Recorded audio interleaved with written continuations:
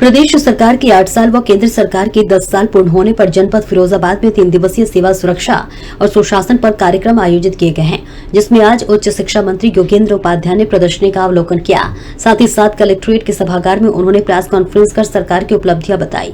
उन्होंने एक पुस्तक का विमोचन भी किया। उन्होंने कहा कि हमारा प्रदेश बीमारू राज्य से उभरकर विकसित राज्य की ओर अग्रसर हो चला है। हमारी सरकार गांव, गरीब, किसान और नौजवान के प्रति समर्पित है। इसके पश्चात योगेंद्र उपाध्याय ने कार्यक्रम स्थल पर पहुंचकर विभिन्न विभागों के लगे स्टॉलों का अवलोकन किया। इस दौरान उन्होंने उपस्थित जनता को संबोधित करते हुए कहा कि हमारी सरकार योगी जी के नेतृत्व में गांव, गरीब, किसान, बेरोजगार, नौजवान, नारी का सम्मान, शिक्षा का उत्थान के प्रति समर्पित है और इस दौरान उद्योगों को नई उड़ान मिली है, जिससे प्रदेश में रोजगार पैदा हुआ है।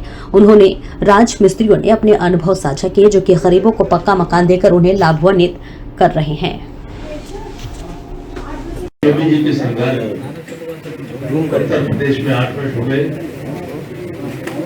और मोदी जी की सरकार को लगभग 12 वर्ष हो गए। डबल इंजन की सरकार है। मिलजुल कर देश का और उत्तर प्रदेश का आशा से कहीं अधिक विकास भी हुआ है। एक और अंतिम छोर पर बैठे व्यक्ति की समस्या का समाधान, तो दूसरी ओर अंतर्राष्ट्रीय स्तर पर देश के देशवासियों का स्वाभिमान और सम्मान बढ़ा है। मैं अभी 8 वर्ष का जिक्र करना चाहूंगा। पिछले 8 वर्षों में गांव, गरीब और किसान, बेरोजगार नौजवान, नारी का सम्मान, शिक्षा का उत्थान, उद्योगों को नई उड़ान और यूपी वासियों को देश और विदेशों में नई पहचान दिलाई है हमारे नेता, हमारे मुख्यमंत्री योगी जी ने। उन्होंने जो कार्य किए हैं उनका संक्षिप्त, जैसे खुशहाल किसान है यूपी की पहचान, सशक्त नारी, समृद्ध प्रदेश, इस ओर यूपी चल रहा है। उनका काम दमदार है और युवाओं को रोजगार मिलता है। सबके साथ सरकार खड़ी दिखती है, ऐसा जनता भी महसूस करती है और हम मानते भी। स्वास्थ्य का उपहार सबके लिए, विकास पथ पर यूपी का रथ चल रहा है। अपराध के प्रति जीरो टॉलरेंस, ये सब जानते हैं। इसी कारण कानून व्यवस्था चाक चौबंद है। हमारी विरासत जो धीरे धीरे विलुप्त होती जा रही है, उनको पुनर्जीवन मिलना और विकास भी साथ साथ होना, यानी विरासत भी और विकास भी। अंत्योदय योजनाओं से गरीबों का कल्याण, सबको शिक्षा, उत्तम शिक्षा, ये मूल आधार है हमारे 8 वर्षों के कार्यकाल के, योगी जी की सरकार के नेतृत्व के। सुदृढ़ कानून व्यवस्था की यदि मैं बात करूं तो पिछले दिनों दुर्दांत अपराधियों के विरुद्ध जो कार्रवाई हुई है, आप सब जानते हैं इससे पहले क्या आलम था। हर डिस्ट्रिक्ट में माफिया राज था,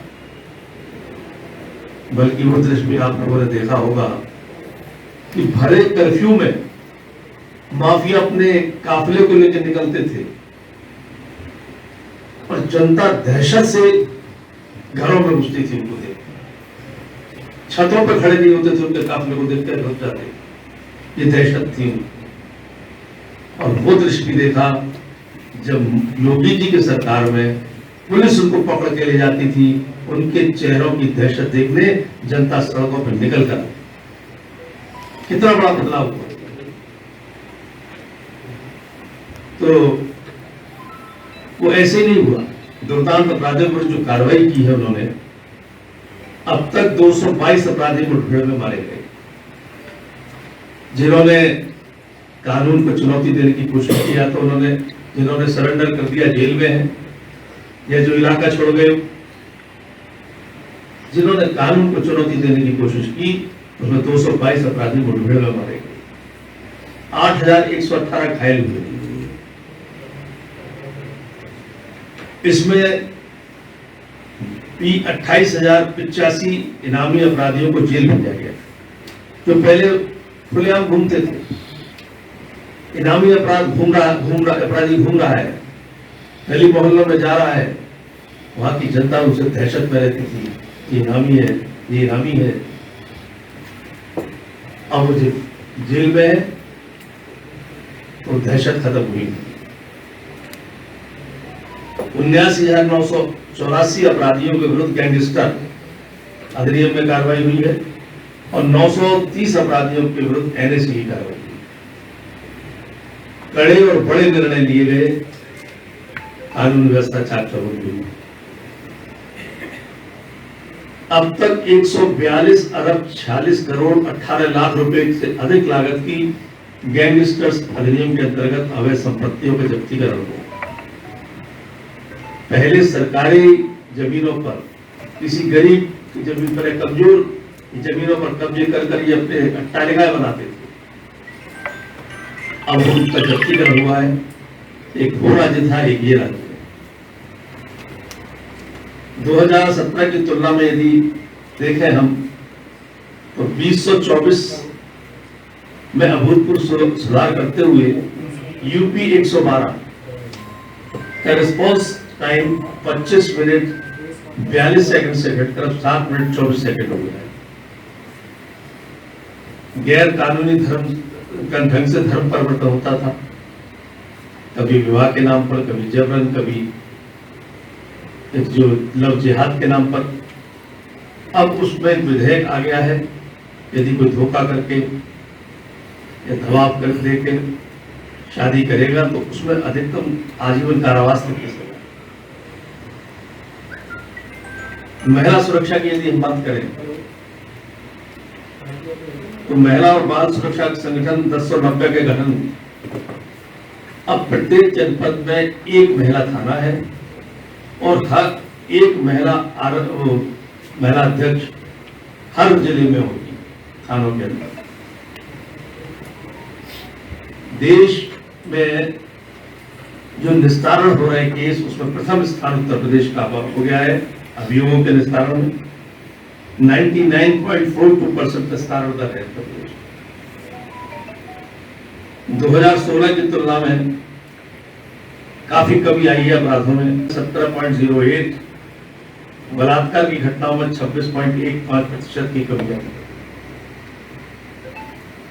तो ये योगी जी की सरकार का एक बाल है, जिससे अपराध में कमी और अपराधियों की मानसिकता में बदलाव। अवस्थापना की बात करें तो उस समय उत्तर प्रदेश अवस्थापना की दृष्टि से पूरे देश में नंबर 1, जहां पहले उत्तर प्रदेश उस मामले में पिछड़ा माना जाता था, बीमारू राज्य माना जाता। अभी कुंभ के लिए हम गए थे आमंत्रित करने झारखंड। वहां के मुख्यमंत्री कह रहे थे कि इंफ्रास्ट्रक्चर के मामले में सब यूपी सबसे आगे। तो 6 एक्सप्रेसवे संचालित 11 विकास के विभिन्न चरणों में है। सर्वाधिक हिस्सेदारी एक्सप्रेसवे में यदि है तो उत्तर प्रदेश की है। 5 अंतरराष्ट्रीय और थल इंफ्रास्ट्रक्चर, जल का इंफ्रास्ट्रक्चर, हवाई इंफ्रास्ट्रक्चर, तीनों में यूपी इस समय आ गया। 5 अंतरराष्ट्रीय और 16 घरेलू हवाई अड्डों तथा 21 एयरपोर्ट वाला राज्य बनने की ओर अग्रसर है हमारा प्रदेश। गौतम बुद्ध नगर और जेवर में विश्व स्तरीय अंतरराष्ट्रीय हवाई अड्डे का निर्माण और संचालन होने की प्रक्रिया में है। सबसे ज्यादा हवाई अड्डे उत्तर प्रदेश में हो गए किसी भी प्रदेश से। 6 औद्योगिक गलियारे जैसे पूर्वांचल एक्सप्रेसवे, 6 औद्योगिक गलियारे बुंदेलखंड एक्सप्रेसवे पर विकसित हो रहे हैं। इंफ्रास्ट्रक्चर जब अच्छा होता, दुरुस्त होता है तो समृद्धि के द्वार खुलते हैं अपने आप, जनता के भी और राज्य के भी। निवेश के का ड्रीम डेस्टिनेशन बन चुका उत्तर प्रदेश। इससे पूर्व यहाँ पे इन्वेस्टर्स घबराते थे, आना नहीं चाहते। उत्तर प्रदेश का जो अपराधों का प्रदेश माना जाता था, कानून व्यवस्था का चौपट प्रदेश माना जाता था। मैं अपने उच्च शिक्षा की बात करूं, उच्च शिक्षा में कोई भी निजी विश्वविद्यालय जो अंतर्राष्ट्रीय राष्ट्रीय ख्याति प्राप्त था आता नहीं था। आज 19 निजी विश्वविद्यालय आ चुके हैं 3 साल के अंदर, पिछले और उससे पहले आए, जिसमें यानी चंडीगढ़ जैसा अंतर्राष्ट्रीय रैंकिंग का जो विश्वविद्यालय है, JSS, वो ऐसे विश्वविद्यालय उत्तर प्रदेश में आ गए। उत्तर प्रदेश विश्वविद्यालय का निवेशक के लिए अब उत्तर प्रदेश अच्छा डेस्टिनेशन बन चुका है। 96 लाख से अधिक सूक्ष्म लघु मध्यम श्रेणी के उद्योगों के साथ उत्तर प्रदेश अब शीर्ष स्थान पर है। 45 लाख करोड़ के निवेश के प्रस्ताव प्राप्त हो चुके हैं। 15 लाख करोड़ से अधिक निवेश का धरातल पर उतारा जा चुका है। यहां तक किसानों की बात करें, कृषि दर 2016-17 में 8.6% से बढ़कर अब 23-24 में 13.7% हो गई। खाद्यान्न उत्पादन 16-17 PM किसान सम्मान निधि के माध्यम से 2.86 करोड़ से अधिक किसानों को 80,000 करोड़ से अधिक रुपया हस्तांतरित हो चुका है और वे सीधा खातों में जाता। पहले कई जगह कट होता था। एक प्रधानमंत्री ने यह भी कहा था कि 1 रुपया भेजता हूं 20 पैसे पहुंचता है। आज हमारे नेता 1 रुपया भेजते हैं तो 1 रुपया पहुंचता है।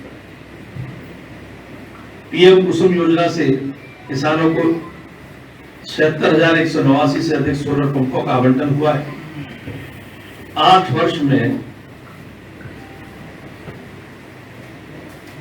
8,68,192 करोड़ रुपए की फसली का ऋण वितरण हुआ है।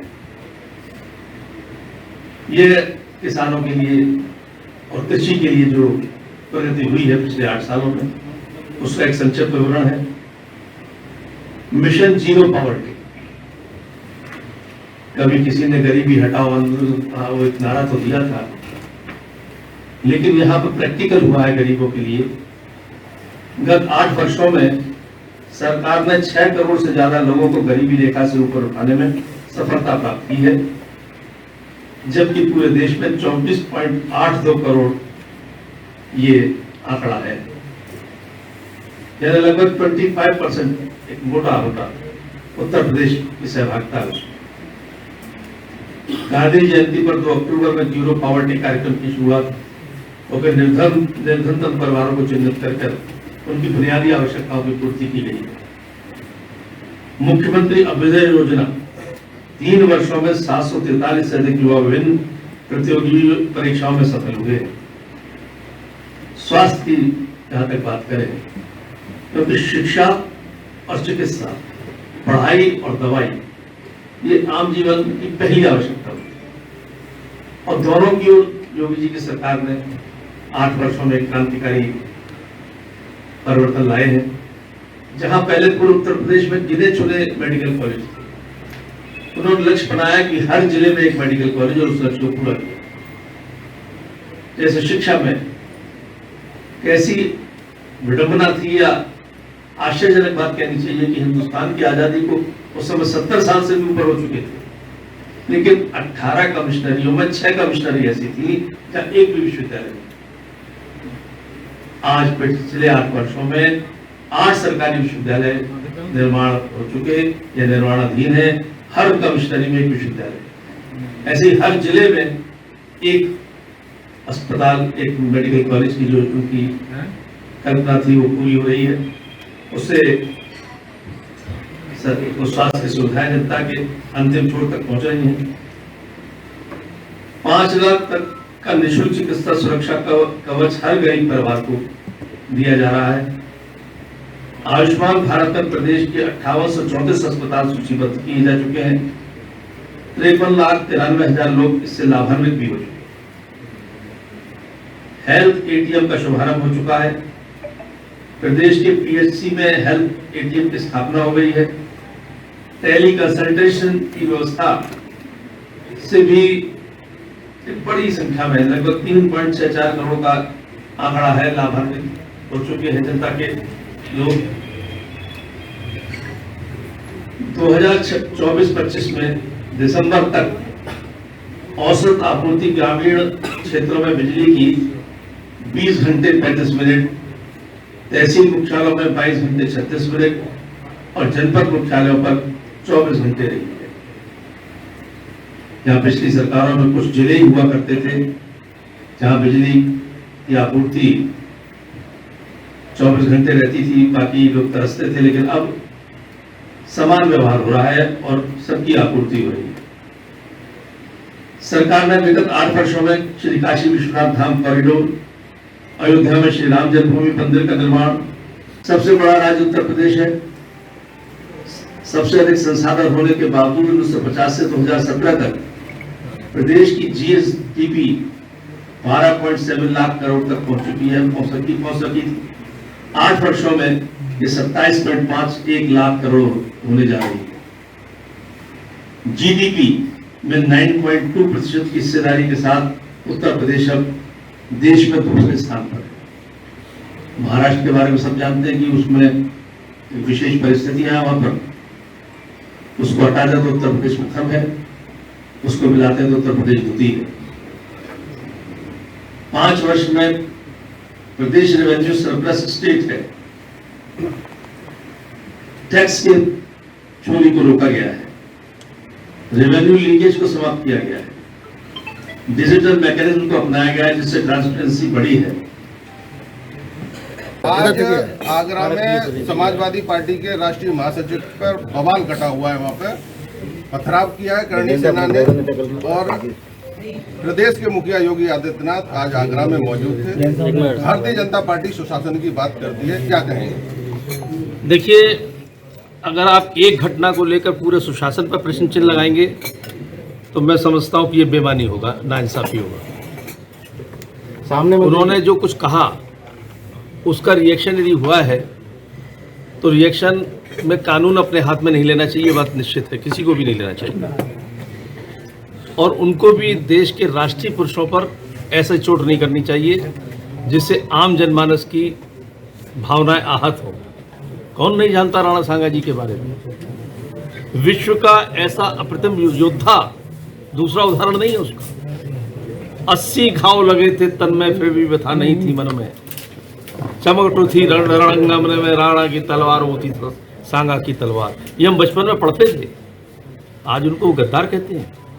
इस देश के जो आइकॉन हैं, इस देश के जो आदर्श हैं, इस देश के जो प्रेरणा पुरुष हैं, सिर्फ चंद वोटों की खातिर जिन्होंने तय की हैं दूरियां, उन्हें नहीं है नाज़े सफर, जिन्हें चलने का सलीका नहीं रफ्तार की बातें करते हैं।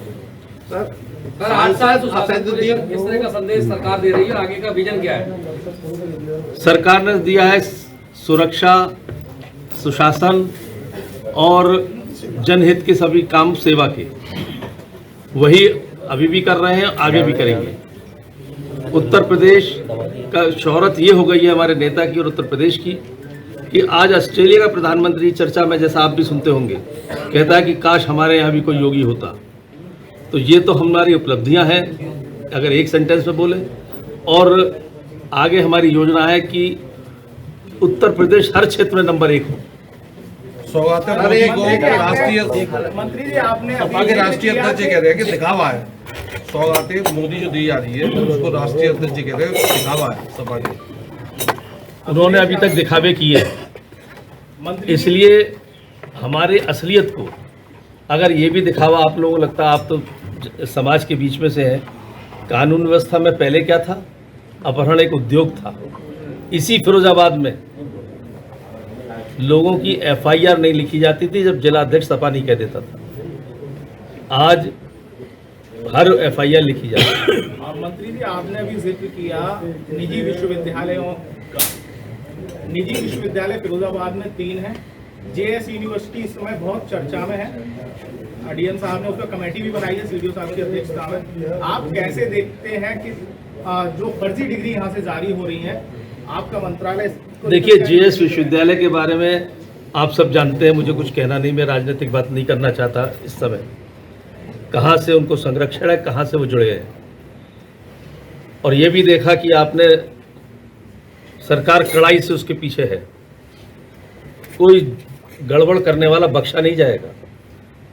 राजस्थान से भी कार्रवाई चल रही है जहाँ हमारी सरकार है, और यहाँ भी कार्रवाई चल रही है जहाँ हमारी सरकार है। सर, सांसद असदुद्दीन ओवैसी कहते हैं कि वक्फ बिल को लाके वक्फ की संपत्ति सरकार हड़पना चाहती है। अगर वक्फ के बारे में आपने पढ़ा हो, ये वक्फ कहाँ पर है? क्या मुझे किसी और मुस्लिम कंट्री में बता दिए वक्फ है क्या? यहाँ पे ये कौन सा एक बना दिया वक्फ बोर्ड, और घर बैठे वो अगर आपके घर को लिख लेगा अपने उस पे खातों पे, तो वहीं से वक्फ का विवाद शुरू हो जाएगा।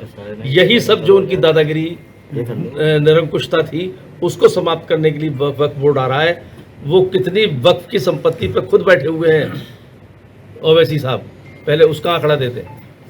सर, मैं जो सवाल मेरे साथी ने पूछा था, मैं उसको और रिफाइंड करके कहता हूँ। कुछ देर पहले अखिलेश यादव ने भी एक पीसी की है कि भारतीय जनता पार्टी उत्तर प्रदेश में 8 साल के विकास का जो ढिढुरा पीट रही है, दरअसल ये 8 साल बर्बादी के साल हैं। ये शब्द बोला है, 8 साल बर्बादी के साल हैं। उनको इसके अलावा कोई और शब्द उनके पास है भी नहीं, क्योंकि उनकी ज़मीन खसकती जा रही है धीरे धीरे। जहां वो इस प्रदेश की सबसे बड़ी पार्टी थे, बसपा सबसे बड़ी पार्टी थी, हम तो तीसरे चौथे नंबर पे आते थे। आज हमारे कृतित्व ने हमको नंबर 1 पर ऐसा कर दिया कि आने वाले 20 साल तक आसपास कोई नहीं दिखेगा। तो इनकी ज़मीन खसक रही है हमारे गुड गवर्नेंस से, तो यही कहेंगे, और कहने को उन पर रहा क्या है फिर। मंत्री जी, एक लोकल आगामी सवाल है। प्लानिंग क्या है आपकी? आगामी वर्षों के लिए क्या प्लानिंग है? मैंने बताया ना कि उत्तर प्रदेश को अब कहीं कहीं नंबर 2 पे, कहीं कहीं नंबर पे, हर क्षेत्र में नंबर 1 बनाना। सर, औरंगजेब पे बहुत देश में बवाल डबल कटा हुआ इंजन है, की उस पर आप क्या सरकार है। कहेंगे? औरंगजेब की मजार को लेकर बहुत बवाल कटा हुआ है, उस पर आप क्या कहेंगे? देखिए, औरंगजेब इस देश का आदर्श नहीं है। जिसने अपनी लड़की को 30 साल कैद में रखा हो, जिसने अपने बाप को कैद में रखा हो, जिसने अपने बड़े भाई का सर काट के तश्ती में ढक कर बाप के सामने पेश किया हो, और एक लंबी उसकी कहानियाँ हैं क्रूरता की, उसको जो महिमा मंडित करते हैं, मैं तो उन पर प्रश्न चिन्ह लगाता हूँ।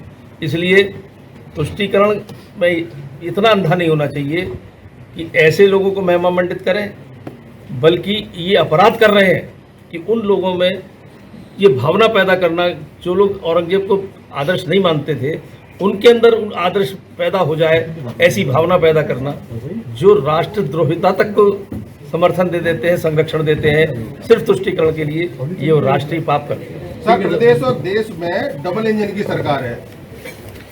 देश की और प्रदेश की कम से कम 2 से 2.5 हजार योजनाएं जनता के लाभ के लिए चलाई जा रही हैं। 8 साल हो गए प्रदेश सरकार को और 10 साल हो गए केंद्र सरकार को।